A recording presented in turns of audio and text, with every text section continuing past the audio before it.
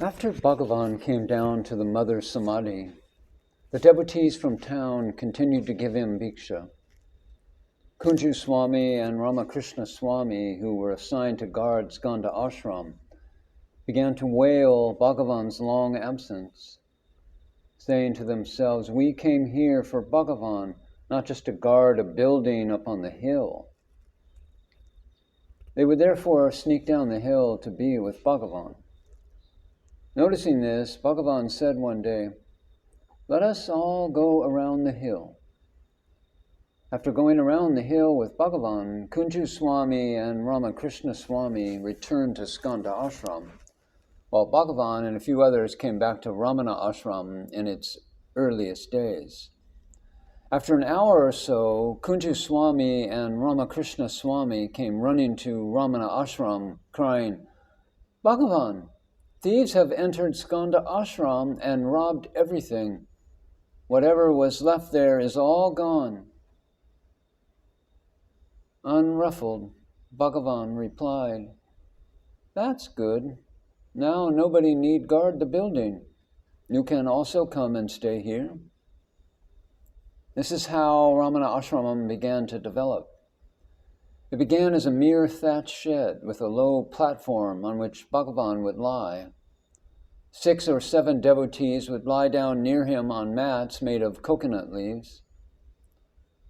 Kunju Swami used to say that those were the most magnificent days because they could be close to their guru while he shared with them pearls of wisdom all through the night. On the flip side, there were many days when they did not have food to eat. Bhagavan's brilliance had just begun to spread, and many did not know of his existence or bring any offering of food. Bhagavan was in his early 40s, while Kunju Swami and Ramakrishna Swami were young men in their early 20s. They were all energetic workers, but often went hungry. According to Hindu custom, one has to observe a complete fast on the Ekadashi, the 11th day of every fortnight. It is compensated by a feast on the Dwadashi, the 12th day. Whenever they did not have any food, Bhagavan would amuse them by saying, "Today we will celebrate Ekadashi." When after a day or two some devotees brought some ample food, Bhagavan would then say, "Today we will celebrate Dwadashi." On some days there would be not enough rice, but 10 people to feed. Bhagavan would encourage them by taking them to the forest. He knew about all the varieties of greens and would ask the disciples to gather them while he told them about their medicinal properties and how to cook them. In South India, rice is eaten as the main preparation and vegetables are eaten as the side dish. Bhagavan would say, "Why should rice always be the main dish? Today, we will have these greens as the main dish and eat rice as the side dish." Kunju Swami said that they never felt tired, even if they didn't have their creature comforts. Bhagavan inculcated in them his own equanimity. Like most highly advanced beings, Bhagavan was never mindful of whether there was enough to eat or not. But the beauty about Bhagavan was that he bestowed on his disciples that state of tolerance too. Kunju Swami said, "Bhagavan came away from Madurai as a 16-year-old boy, straight out of school. He could not have had a chance to acquire too many skills, yet he was specially gifted. He knew how to make beautiful garlands with flowers and stitch plates out of dry leaves. He also had excellent culinary skills and could cook a vast variety of dishes." Kunju Swami often wondered where Bhagavan had learnt all these. When people began to give bhiksha, they would give 5 rupees in those days, and some rice, dal, and vegetables. Their only condition was that Bhagavan had to walk around the hill with the person who had given him bhiksha that day. Everyone thoroughly enjoyed this, including the 7 or 8 residents of the ashram. To them, accompanying Bhagavan on the Giri Pradakshina meant walking along with God. Kunju Swami once said to me, "We did not feel that we were walking with one of our friends or a saint, but with the Supreme God himself, walking on 2 legs with 2 hands and a head." The old hall, which is now used for meditation in Ramanashram, was built in 1926. Kunju Swami was very happy because Bhagavan could be given a couch, though Bhagavan himself did not like it. One time Bhagavan said, "I prefer to sleep on the rock." When the disciples placed a new velvet cushion on it, Bhagavan said, "This velvet cushion is pleasurable and enjoyable only to you. It is a bed of thorns to me. I prefer to sit on the rock." Even so, Kunju Swami said he was very happy that Bhagavan could have the comfort of the couch.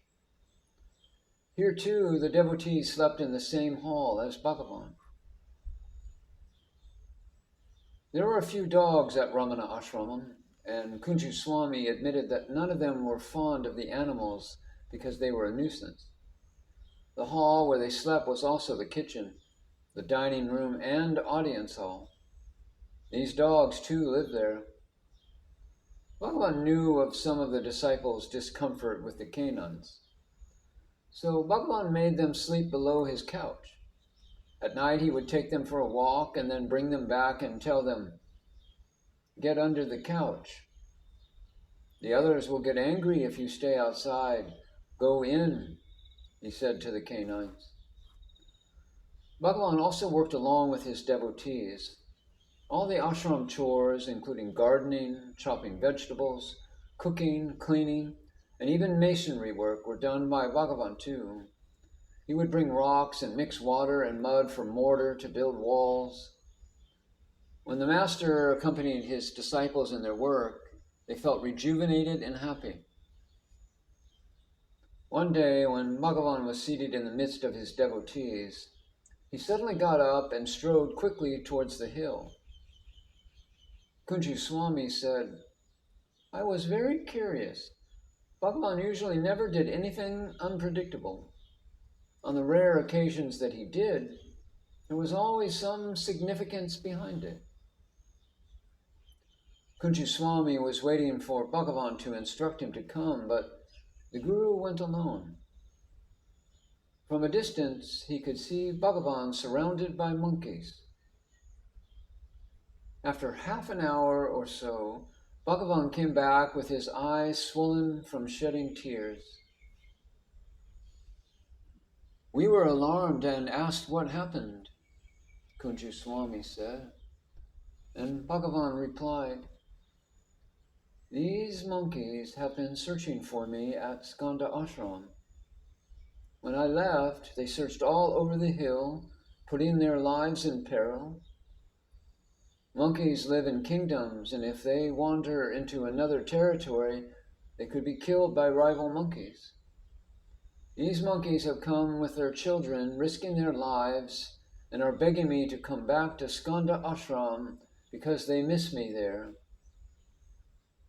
It took me a long time to persuade them. I explained my situation and asked them to go back. I gave them my assurance that they will get back safely." Whenever Kunju Swami narrated this anecdote, he would weep copiously because it would bring before him and us Bhagavan's poignant unity with the animal kingdom.